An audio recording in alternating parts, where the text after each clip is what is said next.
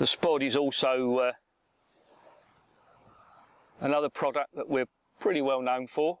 Probably not as well as we should be, but again, that's probably down to advertising more than anything. This particular rocket has been around for probably 10 or 15 years again.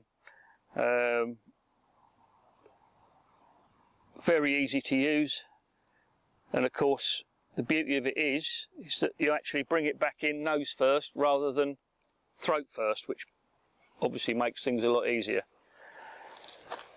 The way we do it is tie this to your shock leader. Always use a good shock leader. Personally, I mean, again, I'll go back to the braid. I'm not a great lover of braid. A good mono, 8 to 10 pound in strength. You've got no real pressures, so you can use pretty light line, but always use a good shock leader. I've started using the tapered ones, but anything, you know, 25, 30 pound good mono is just as good. Basically what you do, you tie that to your main line, to your leader, fill your spod, then that bead goes into there. What you do, you cast it then, and always cast a spod with a good high trajectory. Don't cast them too flat. What happens is if you cast them flat, it starts to slow down, slow down, slow down, and tips, and you start to get a lot of spillage from the back of the spod. If you cast it high, the momentum takes it up, and by the time it peaks, it's coming down. So you're actually keeping the bait in the spod rather than it's tipping and spilling out. So remember to keep that good, always look up to where you're going to cast. You see people spodding and they're casting like that, especially if they want to cast a long way, and that applies to casting distance as well. If you look flat and cast, your trajectory will be at a level, because that's where you're looking. If you want to get distance, look up at that angle and then cast through that angle. Actually punch that right through that angle, so bang.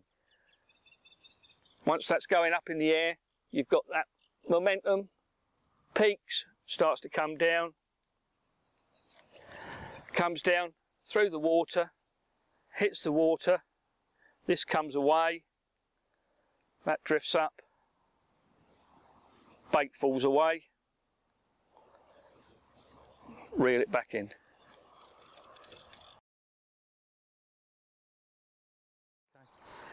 Right, when you're spodding, good shock leader, bespoke rod, otherwise you're going to end up smashing them up.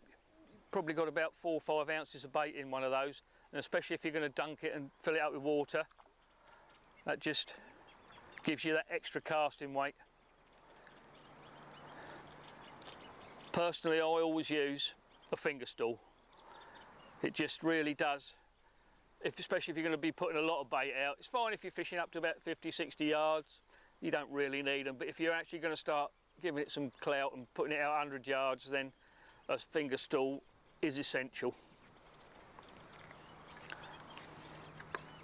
So again,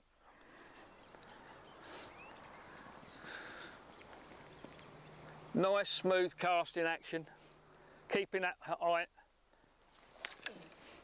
not like that. Well, it's a different spod rod to mine. It's a beast, but you can see it coming back in.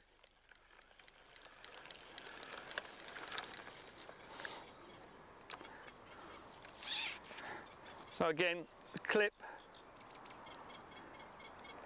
into the spod,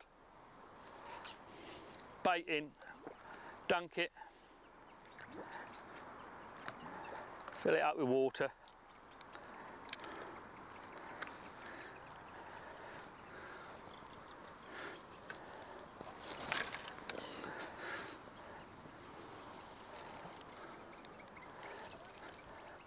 Let the bait come out. Always give your spod time to empty.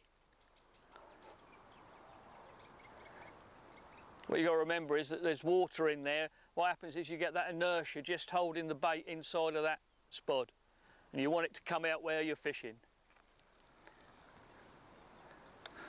So once the spods come up, again you can see how easy it is to reel them back in because it's coming back in nose first.